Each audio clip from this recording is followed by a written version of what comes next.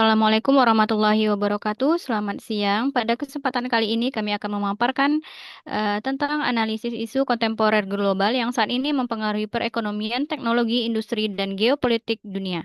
Melalui analisis ini, kita dapat memahami kesenjangan antara kondisi yang ada dengan kondisi ideal yang diharapkan, serta strategi yang dapat ditempuh untuk menjawab tantangan global tersebut. Next. Adapun anggota dari kelompok 2 angkatan 32, yang pertama yaitu ada ketua kelompok Bang Rama Mariadi Eskom, kemudian saya Ratini Lasri Eskom sebagai selaku moderator. Selanjutnya itu Bang Inu Afdal ST, Bang Arif Budiman ST, Kak Novia Nurrahma Eskom, Bang Muhammad Adrian Putra Eskom, Kak Dini Maharani Putri Eskom, Kak Festi Audi Maharani ST, Bang Khairil Ihsan Eskom, Kak Jihan Faradiba Eskom. Nah, untuk materinya akan disampaikan oleh teman-teman sebagai berikut.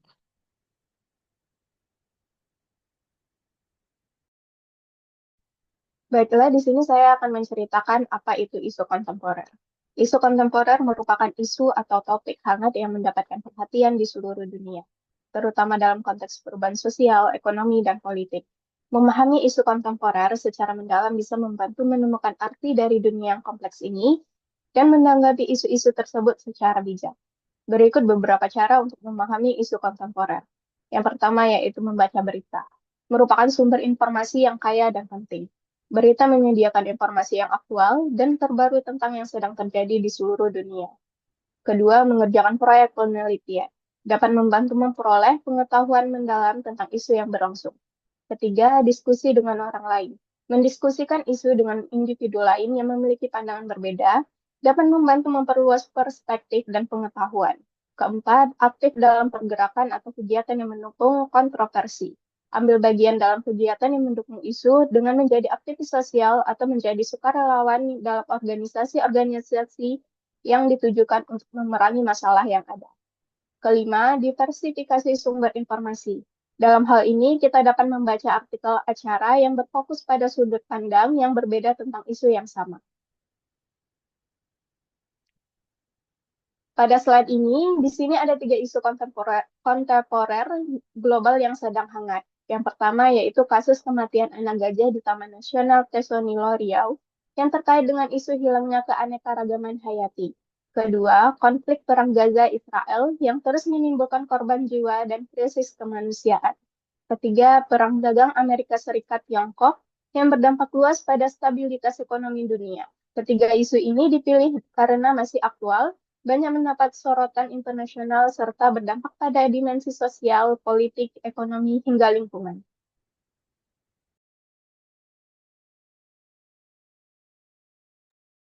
Masuk kepada isu yang pertama, yaitu kematian anak gajah di Balai Taman Nasional Teso Nilo.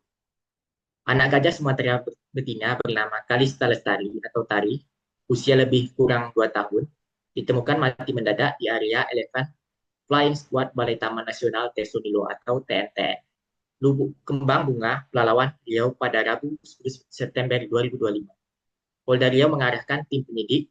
Dugaan awal di sebagian pemberitaan mengarah ke keracunan. Pemeriksaan awal tak menemukan luka atau trauma. Perut dilaporkan sedikit mengepung. Nekropsi dilakukan dan sampel organ dikirim ke laboratorium untuk memastikan penyebab kematian. Namun hasil pasti masih menunggu uji lab menurut pihak Taman Nasional. Gajah Sumatera adalah satwa yang dilindungi, tercatat sejak 2015 hingga 2025. Terdapat kasus kematian sebanyak 23 ekor di Balai Taman Nasional Teso Nilo. Next, Bang. Dampak global, mengapa penting? 1. Konservasi spesies. Gajah Sumatera berstatus kritis di IUCN. Populasinya diperkirakan hanya lebih kurang 2.400 sampai 2.800. Kematian satu berdampak pada viabilitas jangka panjang bagi populasi kecil. 2. Keanekaragaman hayati dan jasa ekosistem. Gajah berperan menyebarkan biji dan membuka koridor hutan. Penurunan populasi mempercepat degradasi ekosistem dan memperburuk konflik manusia. 3. Dimensi sosial ekonomi. Teso Nilo adalah ikon konservasi. Kejadian seperti ini menekan kepercayaan publik dan dukungan bila tidak ditangani transparan, serta berpotensi memukul ekowisata lokal. Next, Bang. AGHT-nya adalah Satu, ancaman. Perburuan dan peredaran racun liar di sekitar taman beresiko bagi satwa. Gangguan. Gangguan informasi atau hoax di media sosial dapat menekan reputasi pengelola bila komunikasi kritis tidak cepat dan terbuka. Kemudian hambatan. Keterbatasan kapasitas forensik satwa liar di tingkat daerah dan SDM untuk patroli preventif, pemantauan toksin atau agrokimia, dan respon cepat insiden. Kemudian tantangan, penguatan kolaborasi antara Taman Nasional, kepolisian, pemerintah daerah, perkebunan, dan komunitas untuk manajemen konflik satwa manusia. Dilanjutkan kawan saya. Baik, di sini saya akan memaparkan isu yang kedua, yaitu Perang Gaza-Israel, konflik di jalur Gaza. Konflik antara Israel dan Hamas di jalur Gaza telah berlangsung sejak serangan besar Hamas pada tanggal 7 Oktober 2023, yang memicu respon militer Israel dengan serangkaian operasi udara, darat, dan laut terhadap Gaza. Sampai sekarang, jumlah korban sipil sangat besar, dengan ribuan orang tewas dan luka-luka, serta kerusakan infrastruktur yang sangat parah. Pada Gaza mengalami krisis kemanusiaan, yaitu yang melibatkan kekurangan makanan, medis, air bersih, listrik, dan akses bantuan. Akibatnya, semakin diperburuk oleh tindakan militer, blokade wilayah, dan kerusakan fasilitas publik. Next. Kronologi singkat Perang Gaza-Israel. Yang pertama, pada tanggal 7 Oktober 2023, Hamas melancarkan serangan mendadak ke Israel. Banyak warga sipil tewas, ratusan sandera diambil. Kedua, pada tanggal 27 Oktober 2023, Israel memulai ofensif darat dan udara besar-besaran ke jalur Gaza. Ketiga, pada akhir tahun 2023 sampai dengan awal 2025, pendudukan, pengepungan, dan serangan intens termasuk Siege of Gaza City yang berlangsung hingga Januari 2025. Pada bulan Maret 2025, gencatan senjata sempat terjadi, kemudian dilanjutkan kembali operasi militer oleh Israel setelah penolakan perpanjangan oleh Hamas. Kelima, pertengahan 2025, Israel memperintensifkan serangan terhadap Gaza City dan mengklaim telah mengusir ratusan ribu warga Gaza dari lokal tinggal mereka. Selanjutnya akan dijelaskan oleh teman saya.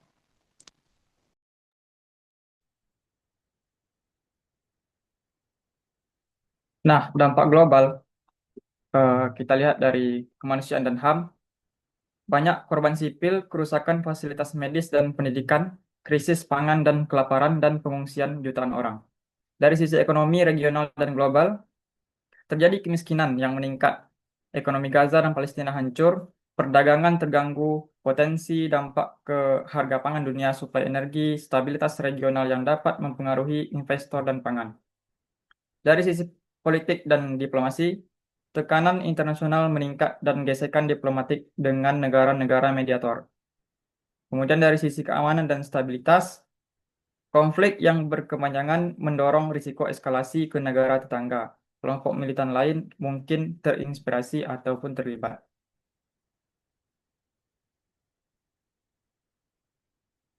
Kita lihat dari AGHT, yang pertama ancaman, yaitu ancaman terhadap warga sipil, stabilitas regional, dan sistem hukum internasional. Kemudian gangguan, yaitu terjadi gangguan kemanusiaan dan distribusi bantuan, gangguan diplomatik, dan gangguan opini publik. Dari sisi hambatan, hambatan akses logistik dan blokade, hambatan hukum dan hambatan koordinasi antar lembaga, pemerintah lokal, dan negara asing. Kemudian tantangan, yaitu negosiasi yang mandek, tuntutan pihak-pihak besar, kepercayaan yang rendah, penyediaan kebutuhan dasar, rehabilitasi psikologis untuk penduduk trauma, kemudian pengaruh global terhadap norma internasional. Baiklah, kita memasuki isu ketiga, yaitu perang dagang antara Amerika Serikat dan Tiongkok. Pemerintah Tiongkok melakukan penyelidikan terhadap praktik perdagangan AS terkait semikonduktor, yang difokuskan pada apakah kebijakan AS mendiskriminasi perusahaan Tiongkok. AS telah memperluas kontrol ekspor dan larangan ke 32 entitas, 23 diantaranya dari Tiongkok, ke daftar perdagangan terbatas, terkait perolehan peralatan pembuatan chip untuk SMIC. Di sisi AS, tarif terhadap impor dari Tiongkok cukup tinggi, yaitu kurang lebih 55%, tetap berlaku hingga 10 November. Sebagai bagian dari terus perdagangan sementara, banyak isu dalam perundingan termasuk tarif, kontrol ekspor, dan keamanan nasional, termasuk diantaranya isu TikTok. Kemudian untuk dampak globalnya, yang pertama ada rantai pasokan. Perusahaan yang bergantung pada komponen Tiongkok atau AS harus mencari pemasok alternatif. Kemudian untuk harga impor dan konsumsi naik. Di negara-negara yang terkena efek lonjakan tarif, hal ini memicu inflasi. Kemudian ada perlambatan pertumbuhan ekonomi global yang menurunkan output ekonomi dan kesejahteraan di banyak negara. Kemudian ada redistribusi perdagangan, yaitu negara kecil mendapat manfaat karena produksi berpindah demi menghindari tarif tinggi. Kemudian ada pada investasi dan perencanaan bisnis menjadi tidak pasti, yaitu perusahaan khawatir dengan perubahan regulasi larangan ekspor atau impor mendadak. Ini menghambat ekspansi, menyebabkan perusahaan menunda proyek.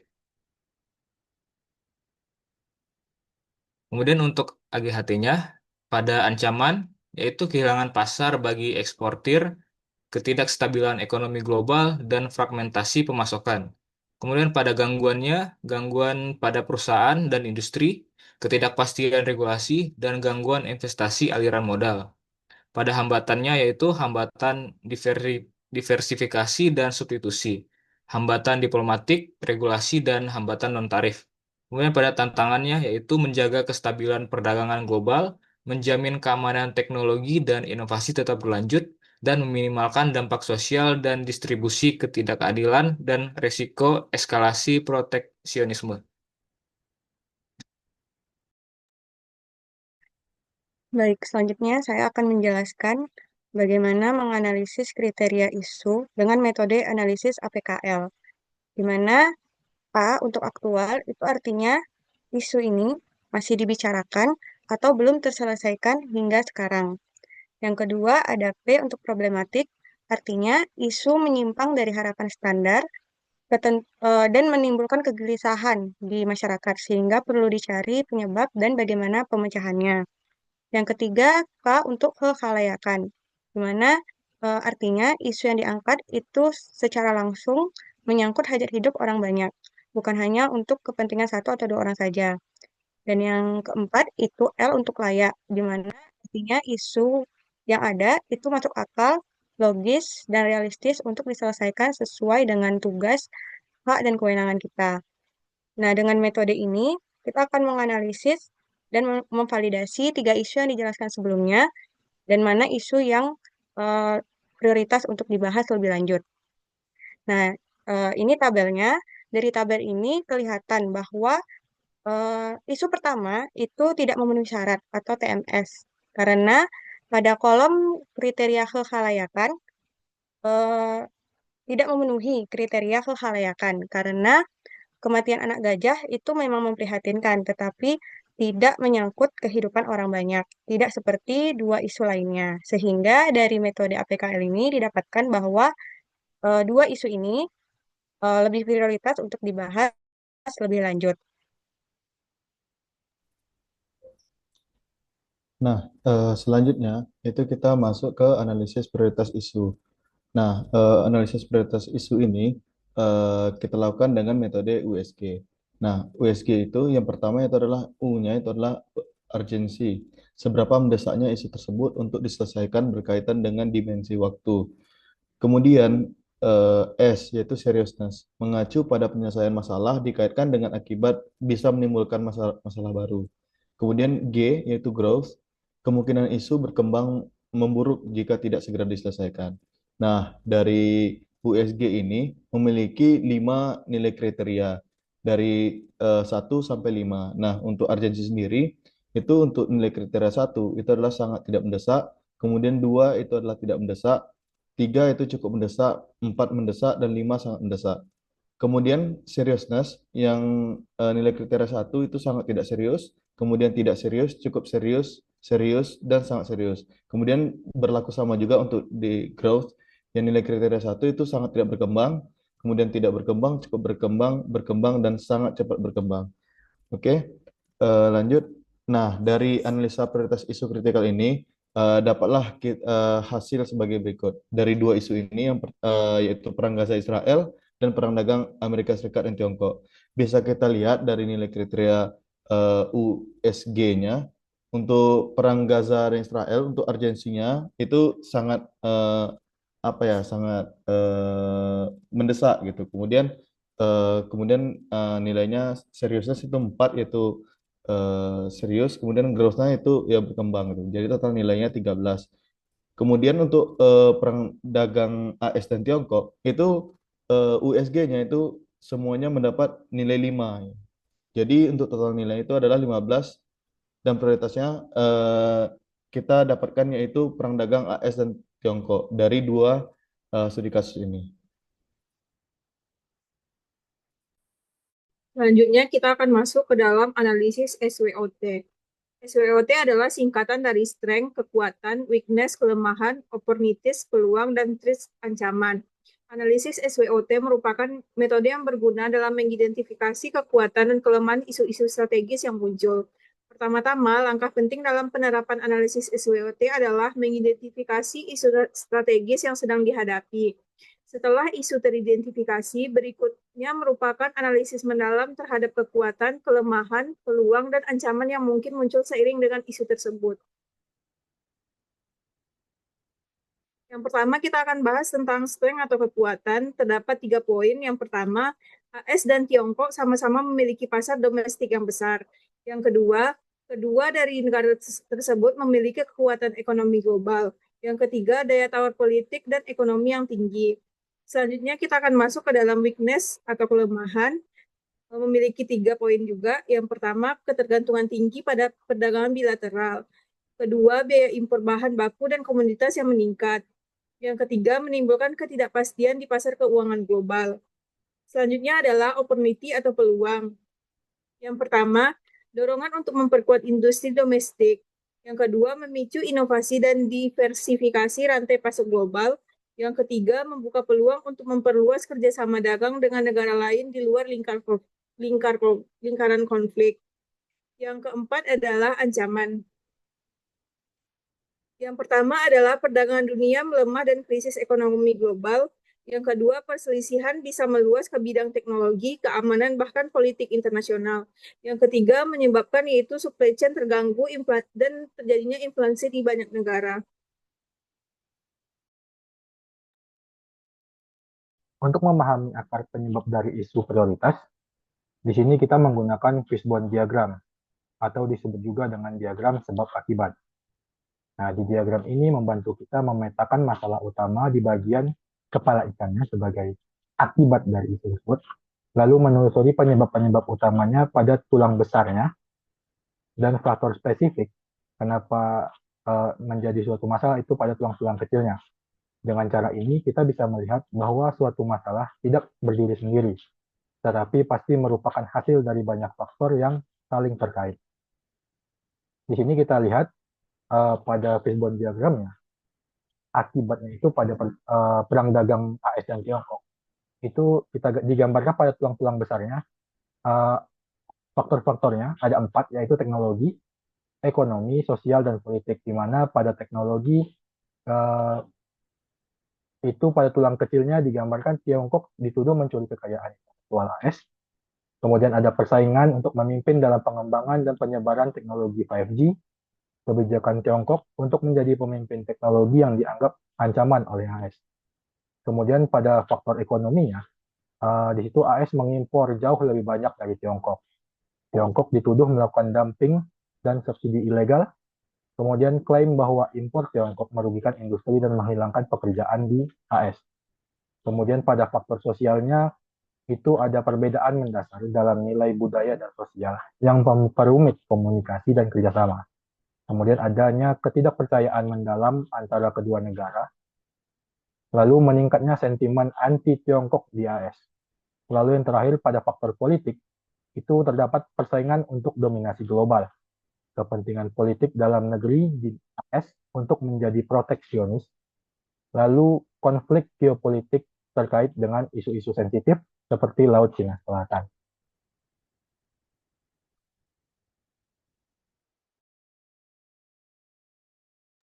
Oke, berikutnya yaitu GAP analisis. GAP analisis adalah sebuah metode untuk mengukur atau mengidentifikasi perbedaan atau kesenjangan antara kondisi aktual atau kinerja saat ini dengan kondisi ideal atau tujuan yang diharapkan. Di GAP analisis ini ada 5 aspek. Yang pertama yaitu aspek perdagangan, yang kedua industri dan rantai pasok, tiga ekonomi global, yang keempat teknologi dan inovasi, yang kelima yaitu geopolitik. Nah, yang pertama aspek perdagangan. Nah, melihat dari aspek perdagangan, kondisi saat ini atau current stage-nya, tarif tinggi antar Amerika Serikat dan Tiongkok menekan volume perdagangan global. Sedangkan di kondisi ideal atau desert stage, perdagangan bebas dengan tarif rendah untuk menjaga arus barang dan stabilitas ekonomi. Untuk GAP analisisnya itu ketidakstabilan perdagangan internasional. Strategi perbaikan yang dilakukan itu adalah negosiasi ulang kesepakatan dagang dan perluasan kerjasama multilateral. Berikutnya, industri dan rantai pasok. Kondisi saat ini, industri terganggu karena biaya impor atau ekspor naik, rantai pasok global terputus. Kondisi idealnya, rantai pasok global terdiversifikasi dan tidak bergantung pada satu negara. Untuk GAP-nya, efisiensi industri menurun. Sedangkan untuk strategi perbaikan, diversifikasi sumber bahan baku dan pasar produksi. Di ekonomi global, kondisi saat ini pertumbuhan ekonomi melambat, pasar keuangan bergejolak. Kondisi idealnya, ekonomi global stabil dengan pertumbuhan berkelanjutan. Untuk GAP, risiko resesi global. Strategi perbaikan dilakukan koordinasi ekonomi internasional melalui forum G20 atau WTO.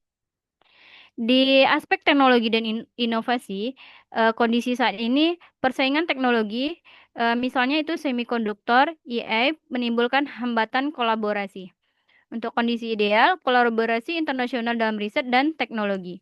GAP, fragmentasi teknologi global. Strategi perbaikan, membangun ekosistem inovasi domestik dan kerjasama lintas negara yang netral.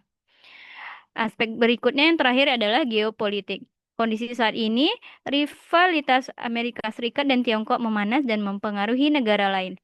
Kondisi ideal, hubungan geopolitik stabil tanpa memicu konflik luas. GAP, potensi eskalasi konflik politik. Diplomasi, strategi perbaikannya itu diplomasi multilateral untuk menjaga keseimbangan kekuatan. Demikianlah pemaparan kami mengenai analisis isu kontemporer global beserta kesenjangan dan strategi perbaikannya. Semoga paparan ini dapat memberikan gambaran yang lebih jelas tentang tantangan yang kita hadapi bersama dan langkah-langkah yang dapat diambil untuk menciptakan kondisi global yang lebih stabil dan berkelanjutan. Terima kasih atas perhatian semuanya. Kami siapkan untuk berdiskusi pada hari ini. Terima kasih.